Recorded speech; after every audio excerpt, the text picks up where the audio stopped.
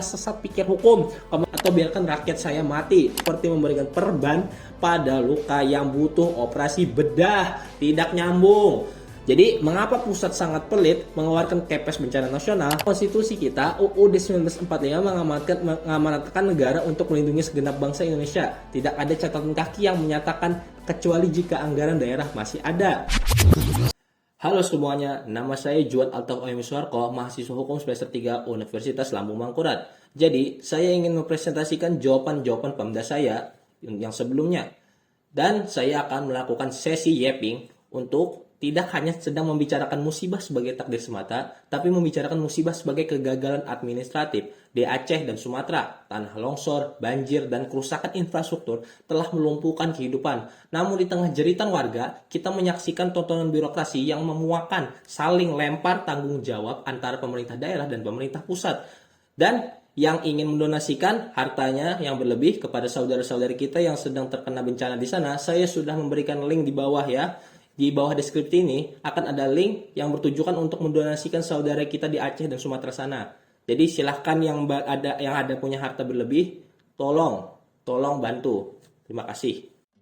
Oke, soal pertama, buatlah analisa terbaik kalian terkait marakah petugas parkir dan paogah di wilayah Kalimantan Selatan. Mengapa itu bisa terjadi? Apakah tidak ada perda di Kalimantan Selatan yang mengatur mengenai hal tersebut? Oke, jadi analisis saya mengenai petugas parkir dan paogah di Kalimantan Selatan. Jadi marakah petugas parkir tidak resmi dan paogah di wilayah Kalsel, khususnya di kota-kota besar seperti Banjarmasin, Banjarbaru, dan Martapura, merupakan fenomena sosial yang kompleks. Permasalahan ini bukan hanya mencerminkan isu ketertiban umum, tetapi juga kegagalan struktural dalam aspek sosial ekonomi dan tata kelola kota. Meskipun regulasi daerah perda sebenarnya sudah tersedia. Jadi mengapa fenomena ini terjadi? Jadi saya memiliki sumber kombinasi 3 faktor utama menurut saya ya. Pertama ada faktor sosial ekonomi, pilihan bertahan hidup. Akar masalah ekonomi, keterbatasan lapangan pekerjaan formal di Kalsel, dan tantangan dalam distribusi kesejahteraan yang merata mendorong sebagian masyarakat mencari penghasilan di sektor informal. Terus aksesnya mudah. Profesi ini menjadi pilihan karena tidak memerlukan modal besar, keterampilan khusus, atau persyaratan administratif yang rumit. Cukup dengan atribut seadanya. Mereka bisa langsung bekerja di titik strategis. Terus ada dukungan sosial. Keberadaan paogah yang sering mendapat pengakuan sosial, banyak pengemudi merasa terbantu di persimpangan macet atau area parkir sempit. Uang yang diberi dipandang sebagai apresiasi atau sedekah, bukan pembayaran resmi. Kebiasaan masyarakat yang mudah memberi ini memperkuat keberadaan mereka. Mereka merasa tervalidasi dan merasa bahwa mereka ini memang diperlukan. Terus yang dua ada faktor tata kelola dan infrastruktur kotanya. Jadi menurut saya ada kekurangan fasilitas resmi. Banyak area keramaian atau kawasan komersial tidak memiliki lahan parkir yang memadai atau terorganisir. Dan penyediaan fasilitas resmi sering terlambat. Terus ada pengelolaan ruang publik yang kurang optimal. Trotoar dan badan jalan sering dialihfungsikan menjadi parkir ilegal karena minimnya fasilitas resmi. Ruang kosong yang seharusnya membutuhkan pengelolaan parkir diisi oleh petugas liar. Ketergantungan spontan, fenomena paogah muncul karena kondisi lapangan yang membutuhkan bantuan spontan dalam pengaturan lalu lintas di titik macet. 3. Faktor implementasi dan penegakan hukum yang lemah. Pengawasan tidak maksimal, meskipun perda sudah ada. Pengawasan tidak maksimal dan kualitas penegakan aturannya lemah di lapangan menjadi masalah utama. Operasi penertiban di Sub Satpol PP seringkali hanya bersifat sementara dan para petugas liar akan kembali setelah aparat pergi. Ada kebocoran PAD. Retribusi parkir yang tidak terkelola dengan baik menyebabkan potensi pendapatan asli daerah menguap, melanggengkan sistem yang tidak teratur dan memicu praktik informal. Terus ada koordinasi yang perlu ditingkatkan. Koordinasi antar instansi terkait Dinas Perhubungan, Satpol PP, Kepolisian masih perlu ditingkatkan untuk penertiban yang efektif. Apakah tidak ada perda di Kalimantan Selatan yang mengatur hal ini? Jadi perda dan peraturan pelaksana lainnya di Kalsel sebenarnya sudah ada, tetapi masalahnya terletak pada kekaburan hukum dan lemahnya implementasi yang mengakibatkan perda tidak seefektif menjangkau praktik yang formal ini. Perda terkait parkir, juru parkir liar, regulasi sudah ada. Di tingkat kabupaten atau kota telah ada berbagai perda atau perwali yang mengatur pengelolaan parkir dan ketertiban umum. Contohnya di Kota Banjarmasin, peraturan Wali Kota Banjarmasin nomor 9 tahun 2023 mengatur penyelenggaraan parkir, hak atau kewajiban penyelenggara dan sanksi administratif, dan Perda nomor 8 tahun 2019 Jungto nomor 2 tahun 2016 mengatur retribusi parkir tepi jalan umum dan tarif resmi. Di Kota Banjarbaru, Perda nomor 1 tahun 2019 tentang pengelolaan perparkiran. Jadi kekurangannya, perda yang ada cenderung mengatur parkir resmi, karcis wajib, dan tarif resmi. Namun regulasi tersebut tidak secara rinci dan eksplisit membuat mekanisme untuk melegalkan atau menertibkan juru parkir informal atau liar secara sistematis, sehingga status mereka tetap abu-abu dan tidak memiliki kepastian hukum. Jadi perda terkait Pak Ogah, pengaturan lalu lintas ilegal. Larangannya jelas. Aktivitas Pak Ogah yang mengatur lalu lintas untuk memperoleh imbalan secara tegas dilarang oleh regulasi daerah. Contoh, Peraturan Daerah Kota Banjarmasin Nomor 6 Tahun 2014 tentang Ketertiban Umum dan Ketertiban Masyarakat. Tibum, Pasal 8 melarang setiap orang yang tidak memiliki izin melakukan pengaturan lalu lintas di simpang jalan dengan maksud memperoleh imbalan jasa. Jadi kekurangannya, meskipun larangan sudah ada, penegakan seringkali lemah dan tidak diimbangi dengan solusi akan masalah sosial yang melatar belakanginya. Jadi saya memiliki solusi dan kesimpulan menurut saya. Fenomena marka parkir liar Pak Ogah adalah refleksi dari kesenjangan antara aturan formal dan praktik nyata. Permasalahan ini memerlukan political will yang kuat dari pemerintah daerah, pendekatan terpadu dan berkelanjutan. Regulasi yang kuat perlu penyempurnaan perda agar lebih rinci mengenai mekanisme sanksi bagi pelanggaran identitas, petugas resmi, dan zonasi parkir. Terus pendekatan sosial ekonomi, memberikan pelatihan keterampilan pendampingan dan alternatif pekerjaan yang legal bagi para pelaku informal, misalnya melalui sistem lelang, izin resmi, jukir atau program melawan resmi. Terus peningkatan pengawasan, melakukan pengawasan intensif dan penindakan yang konsisten serta meningkatkan koordinasi antar instansi. Penyediaan infrastruktur, mengembangkan dan menambah fasilitas parkir umum yang memadai sehingga masyarakat memiliki alternatif yang aman dan nyaman. Selama kelemahan regulasi dan akar masalah sosial ekonomi ini belum diselesaikan, keberadaan Pak Ogah dan parkir liar akan terus muncul sebagai solusi informal bagi kekacauan lalu lintas, terlepas dari keberadaan perda. Nomor 2.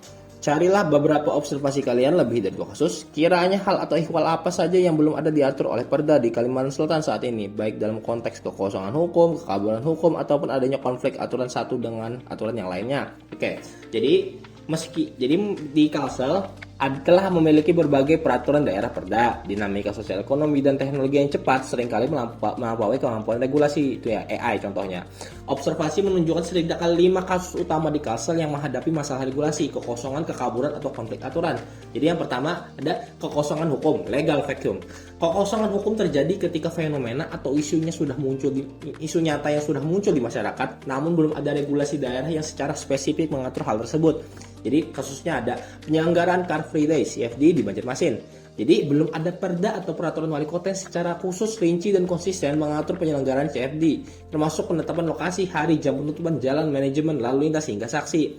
Ketidakpastian hukum mengakibatkan uji coba CFD tidak berjalan optimal. Masyarakat bingung, banyak warga tetap menggunakan kendaraan bermotor dan potensi ekonomi atau kesehatan dari CFD tidak termaksimalkan. Terus pengaturan kendaraan listrik ringan, misalnya skuter listrik. Tidak ada perda yang secara spesifik mengatur penggunaan skuter listrik, e-skuter di ruang publik, seperti jalur yang boleh dilalui, batas usia pengguna, kewajiban helm, atau parkir resmi. Penggunaan skuter listrik berjalan tanpa kontrol berpotensi menimbulkan kecelakaan dan aparat kesulitan menentukan kelayakan atau kepatutan penggunaan di ruang kota. Yang ketiga ada pengelolaan parkir di kawasan ekonomi baru. Perda retribusi parkir yang ada tidak diperbarui mengikuti perkembangan pesat kawasan komersial baru, seperti contohnya ruko, pusat kuliner, dan lain-lain. Zona parkir baru tidak terakomodasi dalam perda menyebabkan ketiadaan tarif resmi dan dasar hukum penunjukan pengelolaan, berujung pada potensi petugas parkir liar dan hilangnya pendapatan asli daerah (PAD). Terus kekaburan hukum, legal ambiguity. Kekaburan hukum terjadi ketika aturan sudah ada namun menggunakan terminologi umum atau tidak dilengkapi definisi operasional dan pedoman teknis yang jelas. Contohnya ada kasus larangan pengamis dan pengamen di lampu lalu lintas. Perda di Banjarmasin nomor 12 tahun 2014 menggunakan terminologi umum seperti di jalan atau persimpangan lampu merah tanpa memberikan definisi operasional yang jelas. Perda lebih menekankan pada larangan bagi pemberi sumbangan, dendanya 100.000, daripada larangan tegas bagi pengamen atau pengamen itu sendiri untuk beraktivitas. Menimbulkan pertanyaan, apakah aktivitas mengamen atau mengamis secara eksplisit dilarang atau hanya pemberian sumbangan yang dilarang? Hal ini menyulitkan aparat dalam melakukan penindakan yang konsisten. Terus ada pemanfaatan trotoar oleh PKL. Perda Ketertiban Umum hanya menyatakan bahwa trotoar diperuntukkan bagi pejalan kaki. Aturan ini terlalu umum dan tidak disertai penjelasan teknis. Apakah PKL dilarang, jam tertentu boleh berjualan, izin, atau status kawasan PKL binaan. PKL tidak mengetahui apakah aktivitas mereka legal atau semi legal. Aparat sering bingung menertibkan karena tidak ada batas operasional yang jelas. Ya, setelah itu ada konflik aturan, legal konflik. Jadi konflik aturan terjadi ketika dua regulasi daerah atau lebih, baik vertikal maupun horizontal, saling bertabrakan atau tidak selaras dalam implementasinya. Contoh kasusnya ada pertentangan antara RT RW dan perizinan usaha. Terjadi konflik horizontal dan antara Perda Rencana Tata Ruang Wilayah RT RW dengan praktik perizinan usaha. Perda RT RW melarang kegiatan usaha di zona pemukiman, tetapi Dinas Perizinan tetap memberikan izin usaha melalui OSS atau dinas teknis di zona tersebut. Perbedaan pendekatan antar instansi menimbulkan kebingungan dan ketidakpastian bagi pelaku usaha. Masyarakat keberatan karena terganggu, sementara pemerintah kesulitan menentukan prioritas aturan. Konflik penanganan sengketa pertanahan, meskipun ada Perda Provinsi Kalsel nomor 4 tahun 2014 tentang fasilitasi penanganan sengketa pertanahan, belum ada pengaturan yang tegas dan solusi konkret menghadapi kebuntuan mediasi. Mediasi sering tidak efektif karena kedua pihak bersikeras dan berujung pada penyelesaian keadilan. Situasi ini menunjukkan kekosongan dalam mekanisme penyelesaian sengketa yang memadai dan menimbulkan ketidakpastian hukum di masyarakat. Observasi ini menyimpulkan bahwa pemerintah daerah Kalsel perlu melakukan evaluasi dan harmonisasi perda secara berkala agar regulasi dapat berkembang secepat dinamika sosial, ekonomi, dan teknologi, serta menghindari ketidakpastian hukum yang merugikan masyarakat dan menghambat tata kelola daerah yang tertib. Nomor 3. Perubahan kewenangan pengelolaan minerba melalui UU 3 tahun 2020 memindahkan banyak kewenangan daerah ke pusat. Apakah sentralisasi kewenangan minerba bertentangan dengan semangat otonomi daerah? Jelaskan dampak hukum dan sosialnya bagi daerah penghasil. Oke. Jadi, perubahan kewenangan pengelolaan pertambangan mineral dan batubara mineral melalui Undang-Undang Nomor 3 Tahun 2020 yang merevisi UU Nomor 4 Tahun 2009 secara signifikan dan memindahkan sebagian besar kewenangan perizinan, pengelolaan, dan pengawasan dari pemerintah daerah ke pemerintah pusat. Jadi, apakah sentralisasi bertentangan dengan semangat otonomi daerah? Ya, sentralisasi kewenangan minerba ini secara substansial bertentangan atau setidaknya mengurus esensi dari semangat otonomi daerah. Sentralisasi ini dianggap mereduksi otonomi daerah karena reduksi kontrol lokal. Otonomi daerah menekankan kewenangan daerah untuk mengatur urusannya sendiri, termasuk pengelolaan sumber daya alam SDA-nya, lokal yang berdampak langsung pada tata ruang, lingkungan, dan sosial otonomi wilayahnya. Dengan ditariknya kewenangan perizinan pengawasan, daerah kehilangan kontrol langsung terhadap SDA di wilayahnya. Ketimpangan hubungan pusat daerah. Sentralisasi membuat hubungan antara pusat dan daerah menjadi timpang. Urusan yang sangat bersifat lokal kini dikelola dari pusat, yang mungkin kurang peka atau tidak selalu memahami konteks sosial setempatnya, misalnya konflik lahan-lahan atau dampak ekologis. Mengurus prinsip desentralisasinya, meskipun pemerintah pusat berargumen bahwa sentralisasi diperlukan untuk standarisasi nasional, mencegah penyimpangan dan menarik investasi, langkah ini secara praktis menghapus atau melemahkan prinsip desentralisasi fiskal dan administratif yang menjadi fondasi otonomi daerah. Jadi apa dampak hukum bagi daerah penghasilnya? Jadi secara hukum, perubahan kewenangan ini menciptakan 3 persoalan utama bagi daerah penghasil seperti Kalimantan Selatan. Pertama, ada kesenjangan hukum, legal gap. Munculnya kesenjangan antara regulasi pusat yang baru dan peraturan daerah seperti perda yang masih merujuk pada ulama. Akibatnya, banyak perda dan peraturan kepala daerah menjadi tidak relevan, menyebabkan kebingungan birokrasi. Yang ada memperlambatan penegakan hukum. Jadi proses perizinan dan pengawasan menjadi lebih terpusat dan panjang. Daerah tidak bisa langsung mengambil tindakan administratif terhadap perusahaan tambang yang melanggar karena kewenangannya ada di pusat. Hal ini memperlambat penegakan hukum di lapangan dan membuat pengawasan lingkungan menjadi kurang responsif. Terus ada konflik tata ruang. Jadi pusat kini yang menetapkan wilayah izin usaha pertambangan WUP, rencana tata ruang daerah RT RW harus menyesuaikan dengan kebijakan minerba nasional, berpotensi menimbulkan konflik antara RT RW daerah dengan kebijakan pusat. Terus ada potensi kriminalisasi warga. UU Minerba hasil revisi dapat memberikan ruang bagi perusahaan untuk melaporkan balik masyarakat yang dianggap mengganggu aktivitas pertambangan, misalnya demonstrasi atau pemblokiran jalan yang menimbulkan ketidakadilan bagi warga yang berdampak. Jadi dampak sosial dan ekonomi bagi daerah penghasilnya adalah, jadi dampak sosial dan ekonomi dari sentralisasi ini terasa nyata, terutama di daerah sangat bergantung pada sektor pertambangan. Pertama, ada berkurangnya manfaat ekonomi lokal. Jadi daerah kehilangan sumber pendapatan potensial dari retribusi perizinan dan biaya administrasi yang sebelumnya signifikan. signifikan. Meskipun daerah masih menerima dana bagi hasil DBH, sentralisasi membatasi kemampuan daerah untuk membiayai kebutuhan warga yang terdampak tambang dan membangun fasilitas publik secara cepat. Peningkatan beban sosial dan lingkungan, kerusakan jalan akibat hauling, polusi udara, dan konflik dengan masyarakat lokal tetap harus ditangani oleh Pemda. Ironisnya, daerah menanggung dampak paling besar tanpa memiliki kekuatan penuh untuk mengatur aktivitas perusahaan.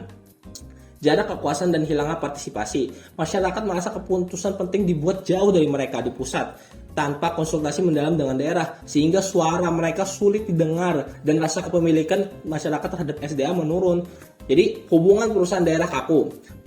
Posisi tawar daerah menurun dalam mendorong Corporate Social Responsibility (CSR), kemitraan dengan UMKM lokal atau kontribusi sosial lainnya yang sebelumnya bisa dinegosiasikan saat perusahaan mengurus izin di daerah. Secara keseluruhan, meskipun sentralisasi mungkin efisien dari sisi administrasi nasional, konsekuensi seriusnya adalah pengurangan kontrol lokal, melemahnya PAD daerah, dan potensi konflik sosial dan lingkungan yang berkepanjangan di daerah penghasil. Riset mengenai pemberitaan tudingan Menteri Keuangan Pak Purbaya Yudi Sadewa terkait adanya dana pemerintah daerah Pemda yang diendapkan di beberapa daerah otonom dan alasan dibalik lambatnya penyerapan anggaran tersebut. Apakah Kalimantan Selatan juga termasuk dan bagaimana dampak serta respon dari pemerintah Kalimantan Selatan? Apakah Bapak Gubernur Muhyiddin tetap dengan ciri khasnya kuringing atau tersulut tensi tinggi? Oke. Jadi pada akhir tahun 2025 kuartal 3 kemarin ya, Menteri Keuangan Purbaya Yudi Sadewa menyoroti bahwa realisasi belanja APBD di banyak daerah relatif lambat, menyebabkan kas daerah yang signifikan mengendap atau tersimpan di perbankan. Secara nasional, dana Pemda yang mengendap itu mencapai agregat antara 233 triliun dan hingga 254 triliun. Kritik ini bertujuan untuk mendorong percepatan belanja daerah demi menggerakkan permintaan domestik dan ekonomi. Oke, jadi kita cari lihat ya, apa alasan dibalik lambatnya penyerapan anggaran? Oke. Jadi lambatnya penyerapan APBD di daerah disebabkan oleh ada berbagai kendala teknis dan strukturalnya. Pertama ada prosedur dan administrasinya. Proses pengadaan barang atau jasa lelang dan evaluasi membutuhkan waktu. Kas tetap berada di rekening daerah sampai ada kontrak atau pencairan. Terus manajemen kas dan tujuan bunga. Pemda sering menempatkan dana dalam bentuk deposito atau giro sebagai bagian dari manajemen kas jangka pendek untuk mengoptimalkan bunga. Praktik ini dituding Menku sebagai akal-akalan, menimbun uang di bank demi keuntungan bunga deposito. Kekhawatiran fiskal. Sejumlah Pemda menahan belanja karena khawatir tidak memiliki dana yang cukup untuk membiayai kegiatan atau program pada bulan Januari atau Februari awal tahun karena adanya kekhawatiran transfer ke daerah TKD terlambat. Jadi, apakah Kalimantan Selatan termasuk dan bagaimana responnya? Jadi, ya, Kalsel termasuk dalam daftar daerah yang disorot. Jadi beberapa liputan nasional menyebutkan Kalsel sebagai salah satu wilayah yang mendapatkan sorotan dengan angka kas deposito di level provinsi sekitar 4,7 triliun hingga 5,1 triliun. Kota Banjarbaru juga secara spesifik muncul dalam daftar Pemda dengan saldo besar. Jadi apa respon pemerintah di Provinsi Kalsel? Pemerintah Provinsi Kalsel segera merespon tudingan tersebut dengan sikap defensif dan menuntut klarifikasi. Klarifikasi teknisnya, Pemprov Kalsel meluruskan bahwa dana tersebut bukanlah uang mengendap atau uang tidur. Dana tersebut merupakan bagian dari manajemen kas daerah yang dikelola dalam bentuk giro dan deposito produktif. Muhyiddin menegaskan bahwa dana tersebut bergerak dan secara berkala digunakan untuk belanja daerah. Gaya komunikasi Gubernur Muhyiddin tadi. Jadi reaksi Gubernur Muhyiddin digambarkan oleh media sosial, media lokal sebagai tegas dan emosional, menggunakan metafora koboi salah tembak untuk menggambarkan pernyataan Menkeu yang menurutnya keliru atau terburu-buru. Sikap ini menunjukkan tensi tinggi di level retorikanya. Meskipun demikian, beberapa interpretasi yang menyebut responnya sebagai pendekatan khas kuringing, santai aja, yang tegas tetapi profesional dalam menghadapi isu sensitif. Intinya Muhyiddin beraksi keras terhadap penyebutan Kalsel dan meminta verifikasi datanya. Jadi apa dampaknya? Jadi dampaknya praktik dan pelajaran yang bisa kita dapatkan adalah ekonomi lokal jadi terlambat. Lambatnya realisasi APBD berarti proyek pembangunan, belanja modal, dan program sosial tertunda, menghambat pertumbuhan ekonomi daerah dan penciptaan lapangan kerja. Yang rugi adalah kita. Kepercayaan publik. Jadi tudingan dana mengendap dapat merusak citra pemerintahan daerah di mata publik, menimbulkan pernyataan tentang efektivitas penggunaan dana untuk pelayanan publik, peningkatan pengawasan. Polemik ini memicu peningkatan audit dan pengawasan dari pusat. Kemenku, BI, BPK memaksa daerah untuk memperbaiki dokumentasi pengelolaan kasnya. Jadi pelajaran dan rekomendasi dari saya adalah, jadi peristiwa ini menegaskan perlunya perbaikan dalam tata kelola keuangan daerah. Pertama ada sinkronisasi data. BI, Kemenku, dan Bank Daerah wajib memiliki mekanisme verifikasi agar angka yang dirilis publik konsisten dan menghindari kesalahpahaman.